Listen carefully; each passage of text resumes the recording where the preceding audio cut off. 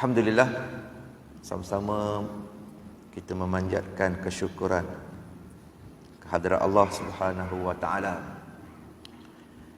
di atas segala nikmat yang telah Allah kurniakan kepada kita. Dan di antara nikmat yang paling besar yang dikurniakan Allah Subhanahu wa taala kepada kita tidak lain dan tidak bukan nikmat iman dan juga nikmat Islam. Dan tanda kita syukur di atas segala nikmat tersebut ialah dengan kita meningkatkan ketakwaan kita kepada Allah Subhanahu wa taala. Sebab itu di dalam diri kita, daripada kita menjadi seorang Muslim, kita mesti meningkatkan diri kita untuk menjadi seorang mukmin, dan seterusnya pergi kepada tingkat yang seterusnya, tingkat muttaqin. Islam, tanda patuh. Sebab itu bila kita membicarakan tentang Islam, sana ada rukunnya, rukun Islam dalam bentuk ibadat yang kita lakukan.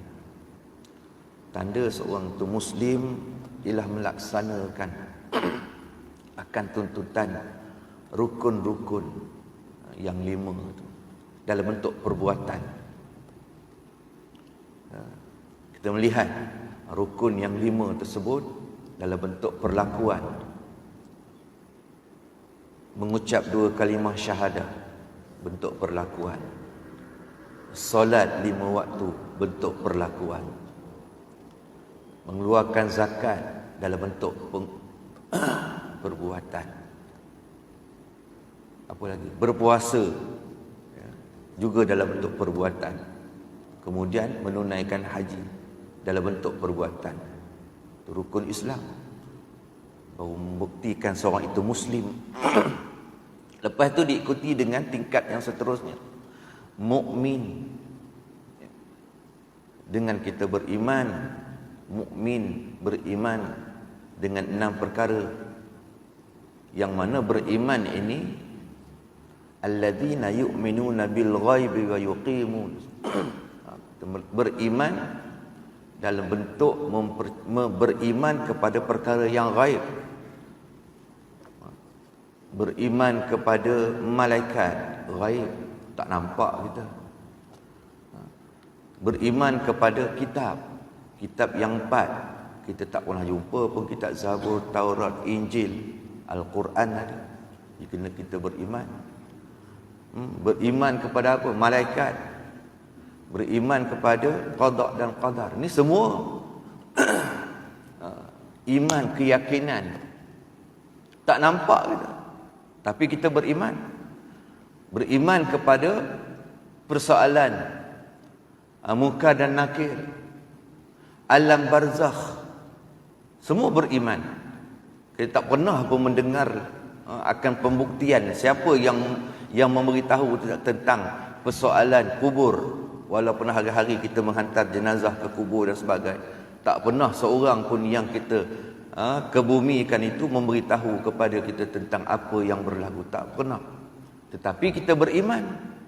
Itulah rukun iman, yang membuktikan kita kepada tahap beriman, mukmin. Kemudian seterusnya, yang ketiganya, muttaqin. Orang yang muttaqin ini itu disebut sebagai ihsan. Dia melihat bahawa sesungguhnya apa yang dilakukan itu seolah-olah Allah berada, Allah melihat. Ini orang yang muttaqin.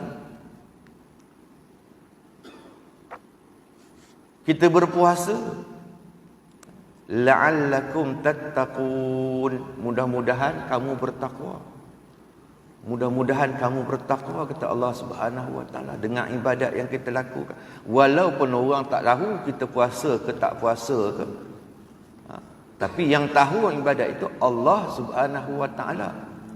Ikhlasnya kita kepada Allah Subhanahu wa taala.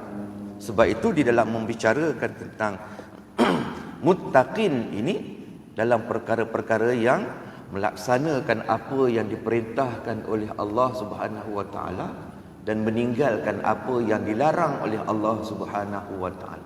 Kita buat apa yang Allah perintah tanpa banyak persoalan. Allah perintah kita untuk apa? Solat. Tak pernah kita persoalkan.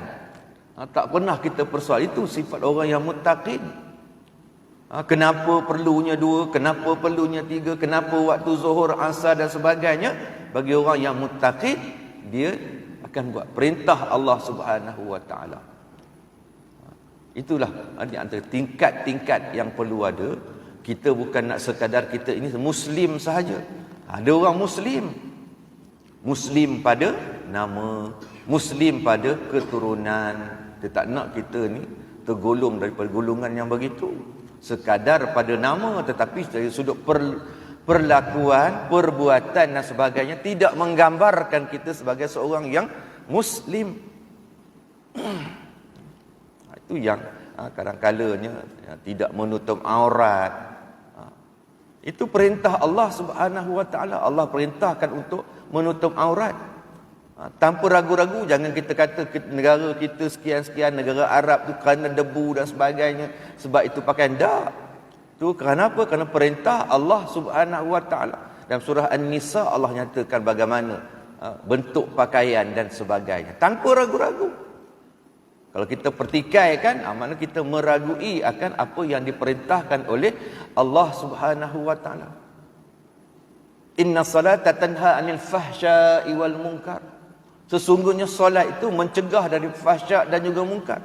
Solat yang kita lakukan ini, bagi orang yang seterusnya, tingkat yang seterusnya, dia akan mencegah dirinya dengan solat itu, akan mencegah dirinya daripada melakukan fahsyak, kerosakan, wal munkar dan juga kemungkaran.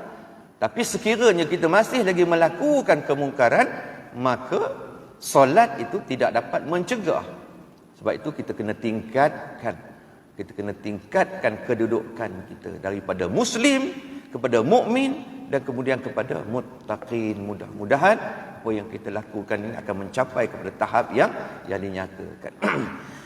Muslimin muslimat yang dirahmati Allah. Sedikit lagi persoalan perbahasan daripada kitab Riyadhus Shalihin yang membicarakan tentang satu sifat, iaitu sifat ikhlas. Ikhlas di dalam apa juga yang kita lakukan. Maka yang seterusnya sepotong hadis yang membicarakan tentang pahala sedekah. Pahala sedekah yang kita lakukan ini sesuai dengan niat. Membicarakan tentang sedekah dan kaitannya dengan niat. Wa an Abi Yazid Ma'an bin Yazid bin al-Akhnas radhiyallahu anhum wa huwa wa abuhu wa jaddahu sahabiyyun qala kana Abi Yazid akhraja dananira yatasaddaqu biha fawada'aha 'inda rajulin fil masjid faji'tu fa'aqadhattuha fa'atituhu biha faqala wallahi ma iyyaka aradtu faqasamtuhu ila Rasulillahi sallallahu alaihi wasallam faqala laka ma nawaita Yazid wa laka ma aqadta ya Ma'an. Daripada Abu Yazid Ma'an bin Yazid bin Al-Akhnas radhiyallahu anhum. Abu Yazid bin Ma'an anak kepada Yazid, Yazid anak kepada Al-Akhnas. Ketiga-tiganya Abu Yazid Ma'an, Yazid dan Al-Akhnas ini adalah di kalangan sahabat. Sebab itu kita sebut radhiyallahu anhum. Ketiga-tiganya diredai oleh Allah Subhanahu wa taala. Kerana Abu Yazid, bapanya dan datuknya adalah di kalangan para sahabat yang bersama dengan Rasulullah sallallahu alaihi wasallam. Beliau berkata, bapaku Yazid pernah mengeluarkan beberapa dinar untuk disedekahkan. Abu Yazid sebut bahawa bapanya pernah mengeluarkan beberapa dinar untuk disedekahkan. Beliau memberikan wang itu sebagai kepercayaan kepada seseorang yang berada di dalam masjid untuk dibahagi-bahagikan. Bapa Yazid ini nak bersedekah beberapa dinar lalu diberikan kepada seorang yang dipercayai di dalam masjid untuk dibahagi-bahagikan. Lantas aku datang, yakni Yazid datang ke masjid dan mengambil wang tersebut. Lalu aku datang ke tempat ayahku dengan membawa dinar tersebut. Setelah melihatnya, ayahku berkata, demi Allah, bukan kamu yang aku ingin berikan. Mana untuk menerima sedekah daripada beberapa dinar yang diberikan melalui seseorang tadi. Selanjutnya, kejadian itu aku sampaikan kepada Rasulullah sallallahu alaihi wasallam. Maka Yazid bin Ma'an pun menyatakan tentang perkara tersebut kepada Rasulullah sallallahu alaihi wasallam. Maka Rasulullah sallallahu alaihi wasallam bersabda, bagimu apa yang telah kamu niatkan wahai Yazid. Nabi kata bahawa kamu niat nak bersedekah, maka sampai walaupun yang menerima itu anaknya, ya. Dan bagimu apa yang telah kamu ambil wahai Ma'an, dan bagi anaknya pula apa yang diterima, ya. Ini pengajaran yang kita nak ambil. Hadis ini menceritakan bahawa Abu Yazid telah mengeluarkan beberapa dinar untuk beliau bersedekah dan diwakilkan kepada seseorang yang berada di dalam masjid.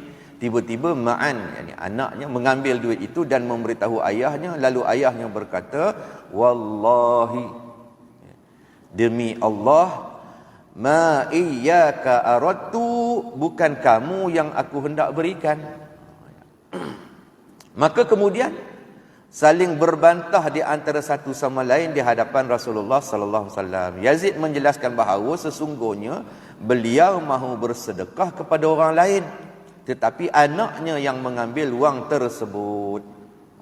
Maka baginda sallallahu alaihi wasallam bersabda, lakama nawaita ya Yazid walakama aqadta ya Ma'an.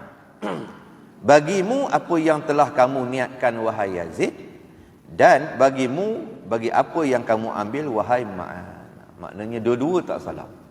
Yazid niatnya nak bersedekah, dan Ma'an pula niatnya nak mengambil apa yang dia tak tahu siapa yang bersedekah, ya. Ini konsep sedekah, ya. Menurut para ulama, sedekah kepada keluarga dan sanak saudara akan mendapat dua pahala. Kita nak bersedekah ni, menurut ulama, kita nak bersedekah kepada keluarga ni dan juga sanak saudara dapat dua pahala, dua kelebihan. Apa dia? Yang pertamanya ialah kelebihan menghubungkan silaturrahim. Kita bersedekah kepada sanak saudara orang yang hampir ni, dia dapat menghubungkan silaturrahmi. Sedangkan Islam ni sangat mementing berat, menitik beratkan tentang hubungan silaturahmi. Jangan ada di antara kita yang sifat kita ataupun mengambil sikap untuk memutuskan silaturahmi. Ya, hari ini kita melihat ada yang memutuskan silaturahim. Ya, jangan. Islam sangat-sangat mengambil berat, sangat memandang berat kepada orang yang memutuskan silaturahim. Kalau ada yang terputus dan sebagainya, cepat-cepatlah untuk disambung kembali, kerana besar maknanya, ya. Yang keduanya ialah kelebihan bersedekah. Dapat dua. Sedekah pun dapat, menghubungkan silaturahim pun dapat. Inilah yang Nabi kata, ulama katakan bahawa kelebihannya kita bersedekah kepada sanak saudara ataupun keluarga. Adapun sedekah yang diberikan kepada orang lain selain daripada ahli waris hanya akan mendapat pahala sedekah sahaja. Itu tadi. Ya, kita bersedekah kepada orang lain ini bukan waris ahli keluarga, maka kita dapat satu saja, yakni pahala sedekah. Kalau kita beri kepada keluarga, dia akan menjalinkan hubungan silaturahim. Perkara tersebut perlulah diketahui, walaupun hadis ini di atas sifat menyatakan bahawa niat sedekah itu akan diberikan oleh Allah Subhanahu wa taala sebaik saja dia berniat, dan sedekah itu diambil oleh anaknya sendiri. Walau bagaimanapun dalam situasi ini terdapat dua kelebihan, iaitu kelebihan hubungan ayah dengan anak dan kelebihan bersedekah. Ya. Sedekah ini kita niat nak bersedekah pun dapat pahala dah. Islam, cantiknya Islam. Kita baru niat saja nak bersedekah dah beri pahala dah. Ni hari Rabu, niat sedekah. Esok hari Jumaat kata-kata nak bersedekah kepada fakir miskin dan sebagainya. Ada rezeki, ada lebih sikit Allah beri ke harta kita ini, nak berniat nak bersedekah. Tu hari Jumaat besok. Belum buat lagi tu, baru niat saja dah dapat pahala. Allah. Murahnya Allah Subhanahu wa taala kepada kita. Diberi ganjaran pahala sedekah. Niat nak buat baik lagi dah. Nak tolong orang. Hari Jumaat besok nak tolong orang. Lagi 2 hari. Besok Khamis Jumaat 2 hari. Tapi dapat pahala awal dah. Itu lebihnya tentang niat ini. Innamal a'malu binniyat. Niat ini satu benda yang di dalam hati. Baru terdetik saja nak buat baik. Dah diberi ganjaran pahala. Nak tolong orang, nak bantu, macam-macam. Selagi mana kebaikan. Tapi kalau kejahatan tak mula. Baru niat nak buat jahat. Hari Jumaat besok nak buat jahat. Ni ada sedikit sekarang ni. Masjid semua kena pecah tabung belaka. Ada saja. Dia jadi macam satu trend. Kalau masa musim pecah tabung aja. Dia trend. Baru niat nak bercadang nak ini, belum diterima dosa. Tapi masa buat tu baru dikira sebagai dosa. Allah Akbar. Jadi berebut-rebutlah kita. Fastabiqul khairat. Berlumba-lumbalah di dalam mengejar kebaikan. Nak buat baik ni kita kena berlumba-lumba. Nak buat baik ni kena berlumba-lumba. Biar kita tamak tak apa. Tamak nak buat baik. Tapi janganlah nak menunjuk-nunjuk. Dia datang pula satu penyakit lagi. Sebab itu yang sebut ikhlas tadi tu. Kita membicarakan tentang ikhlas. Nak berlumba-lumba syaratnya, dia datang jatuh pada riak pula. Allah. Persoalan hati ni, sedikit gerakan dia pergi ke lain dah. Sebab itu kena jaga sungguh, bersih sungguh hati. Bagaimana nak beri, nak ikhlas hati dan sebagainya ni? Ada cara-caranya, di antaranya perbanyakkan zikrullah. Banyakkan zikrullah. Ala bi zikrillahi tatma'innul qulub, kata Allah Subhanahu wa taala. Ingat, dengan mengingati Allah, zikir mengingati Allah, hati akan menjadi tenang. Hati, persoalan hati.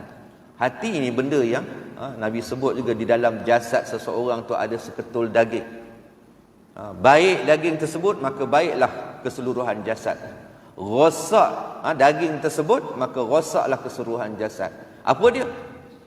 Adalah hati, qalb. Hati, baik hati, senang hati, busuk hati, sakit hati, semua tentang hati belaka. Jadi kita kena jaga sungguh-sungguh hati kita ini. Baiknya hati dia akan membawa kepada, mencernakan kepada apa yang kita lakukan itu. Jadi pengajaran daripada hadis yang ringkas ini, pertama, orang yang bersedekah akan memperolehi pahala sesuai dengan niatnya. Kita bersedekah ni, kita niat. Macam malam saya dengar satu penceritaan. Seorang ni dia suka dalam TikTok dia mencerita benda-benda yang ni. Dia menceritakan bahawa dia suka tiap-tiap hari dia akan keluar berjumpa. Dia kata dia selalu dia nak mengopi lah. Tapi dia mengopi ni bukan dengan kawan, orang yang dikenali. Kalau mengopi dengan kawan kan macam-macam ceritanya, macam-macam cerita boleh keluar. Daripada dunia, daripada Teluk Intan sampai ke seluruh dunia akan dibincang. Tapi dia kata dia suka keluar dengan siapa dia nak mengopi, dia nak makan, dia akan cari seseorang ni, orang yang dia tak kenali. Ya. Kebetulan hari tu dia keluar, dia niat dia nak makan malam. Dengan siapalah aku makan malam ni, dia kata. Kebetulan Allah takdirkan datang seorang. Datang seorang yang berpakaian agak gelusuh. Dia berkata, abang, mula dia sebut pakcik. Pakcik, saya ni berapa hari dah tak makan. Tu niat tadi, niatnya orang abang ni tadi nak inilah, nak orang kata nak bersedekah dan sebagainya. Niat dia tu. Ya. Pakcik, saya dah berapa hari tak makan katanya. Betul lah tu dengan ni. Cuma dia kata tak tahan, dia sebut aku pakcik katanya. Aku pakcik ni kan. Tua benar saya, aku taklah tua sangat katanya. Aku tengok, okey, baik, abang nak belanja katanya. Jom kita pergi makan. Orang yang dia tak kenali, dia pergi makan. Rupanya budak ni daripada Sabah. Dia datang nak mencari rezeki di Kuala Lumpur, dia kata. Tapi itulah keadaannya. Dia tak ada tempat nak ini, dia tidur jadi macam gelandangan. Tidur di bawah jambatan dan sebagainya. Tu. Tak apa dek, hari ni abang dia kena diri dia. Baru terasa ni sikit lah. Tak apa, kita makan. Maka abang pun belanjalah dia. Makan dan sebagainya. Kemudian lepas tu lama, sekitar 3-4 jam dia, dan dia cerita bahawa dia datang daripada Sabah. Dia tak ada tempat, sini saudara mara tak ada dan sebagainya. Lalu dinasihati oleh abang ni, ikhtiar insyaAllah adalah pekerjaan. Maknanya dinasihat. Kemudian kata okey, kita malam ni dia bawa ke hotel, dia belanja ke hotel tu. Dia tadi dah hanya makan, lepas tu dia beri hotel suruh ni, dan beri duit lagi, besok beli pakaian dan carilah pekerjaan. Ya Allahu akbar. Ni ada orang yang macam ni. Cumanya dia cerita tu bukanlah untuk riak, kata untuk memberitahu kita kena membantu orang. Kalau selagi mana Allah beri rezeki pada kita ni, kita bantu. Kita takkan, orang kata takkan apa-apa, tidak akan miskin kerananya. Ingat bahawa sedekah ini, pahala bersedekah ini, dia tidak akan mengurang atau dari bentuk segi kurangnya duit kita mungkin nampak kurang, tetapi Allah beri gali, Allah ganti kita dengan yang lain. Allah beri apa? Allah beri kita ketenangan. Ini benda-benda yang kita tak nampak.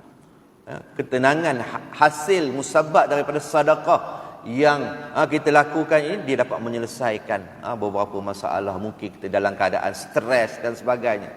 Stres hari ini memang hari ini macam-macam, buat kerja apa benda pun stres. Jadi cikgu stres, jumpa apa benda pun semuanya stres. Bila tanya hari ini semua stres. Tanya apa benda kerja pun, orang pencen pun stres juga. Orang pencen pun stres juga. Jangan ingat bahawa orang pencen tak stres juga. Tapi macam mana kita nak mengatasi stres tersebut? Kita dekat dengan rumah Allah Subhanahu wa taala. Kita datang ke masjid, berjamaah. Ini di antara sahabat-sahabat kita. Sahabat-sahabat kita yang kadang ada stres, bila kita luahkan itu, dia release tension dan sebagainya. Ya, ini tempat yang di antara paling tenang sekali adalah rumah Allah. Sebab itu Allah sebut, ala bizikrillahi tatmainnul qulub. Dengan mengingati Allah, yakinlah dengan mengingati Allah, hati akan menjadi tenang. Hati kita ni nak tenang. Kalau tidak dia hati ni mudah berbolak-balik dan sebagainya. Mudah berbolak-balik. Jadi kita nak berikan ketenangan. Apa dia ketenangannya? Dengan mengingati Allah Subhanahu wa taala. Masuk perkumpulan-perkumpulan yang senantiasa memikirkan tentang Allah Subhanahu wa taala. Ya, kita ada halaqah-halaqah ilmu kita. Ini halaqah-halaqah yang membicarakan tentang Allah, itu akan memberikan sesuatu kepada kita. Ya. Cuma masalah kita tengok hari ni semua yang datang semua orang grup pencen je kan. Ini menjadi masalah. InsyaAllah kita ingat bahawa yang pergi bertemu Allah ni bukan orang pencen ya. Semua akan pergi, muda, tua dan sebagainya. Cuma ghalibnya kita tengok orang yang tua lah pergi dulu. Jadi dah hari ni kita tengok muda-muda pun pergi dulu. Jadi ingat bahawa ala bizikrillahi tatmainnul qulub. Dengan mengingati Allah, hati akan menjadi tenang. Jadi orang yang bersedekah akan memperoleh pahala sesuai dengan niatnya, baik sedekah itu sampai kepada penerima yang berhak ataupun yang tidak berhak menerimanya. bersedekah, berinfak. Sebab itu saya pesan almarhum Dr. Haruddin, nak bersedekah ni jangan tunggu kaya baru nak bersedekah. Biarlah bersedekah sampai jadi kaya. Maknanya dengan bersedekah boleh jadi kaya. Tak kaya di dunia, kaya di akhirat. Jangan kita ingat ni kalau nak kaya ni, kaya di dunia je dah. Dunia sementara je. Kaya kita di dunia ni sementara je. Tak bawa pun harta tu ke belakang tu. Sebab itu bila berlakunya kematian, yang akan mengiringi kita ni 3 perkara. Pertamanya harta kita, keduanya sanak saudara, yang ketiganya amalan. Pergi dia, dengar saja berita kematian, kita akan tengok benda ni akan saudaranya yang mengiringi sampai ke tanah perkuburan. Hartanya yang mengiringi sampai ke tanah perkuburan. Walaupun baru semalam beli, baru beli Porsche ke, kereta baru dan sebagainya, semalam baru beli, bila meninggal je, dia akan mengiringi sampai ke kubur. Yang ketiganya amalan. Pergi lepas saja ke bumi, tiga-tiga ni tak tunggu dah. Satu balik, keluarga balik. Habis lama pun lepas talqin tu adalah sekejap, lepas tu dia balik juga. Keduanya hartanya tadi balik, katanya balik. Yang tinggal apa dia? Yang bersamanya ialah amalan. Ini yang kita nak siapkan ni. Amalan inilah yang akan menjadi teman kita nanti. Kalau amalan sedekah kita tak ada, dia tidak mungkin menjadi sahabat kita masa di dalam alam barzakh, di dalam alam kubur itu nanti. Ada dengan sedekah, dia akan menemani kita. Kita nak berteman, kalau dunia ni kita nak berteman. Ya, nak berteman walaupun baru meninggal. Ya, saya tengok baru seminggu, 2 minggu tinggal, dah datang ngisi borang dah. Datang ngisi borang. Baru minggu, 2 minggu dah ngisi borang. Nak berteman katanya. Tak lalu dah lama dah, puluh-puluh tahun ada teman, ni tak berteman dah. Kena cari teman. Maknanya kita hidup ni kita nak berteman, kita tak boleh bersendirian. Tapi bila dalam kubur nanti, kita akan bersendirian. Jadi kena ada teman juga. Teman kita apa dia? Amalan kita, solat kita, sedekah kita, zakat kita, puasa kita. Inilah di antara teman-teman yang akan menemani kita. Kalau kita buat, kalau kita tak bersedekah, kita tidak solat, kita tak baca Quran dan sebagainya, macam mana perkara-perkara ini akan menjadi teman kita? Tak mungkin. Sebab itulah masa kita hidup ini, inilah teman-teman kita. Kita jadikan teman qarib kita. Kita rajin bersedekah, rajin membaca Al-Quran, solat, sebagainya.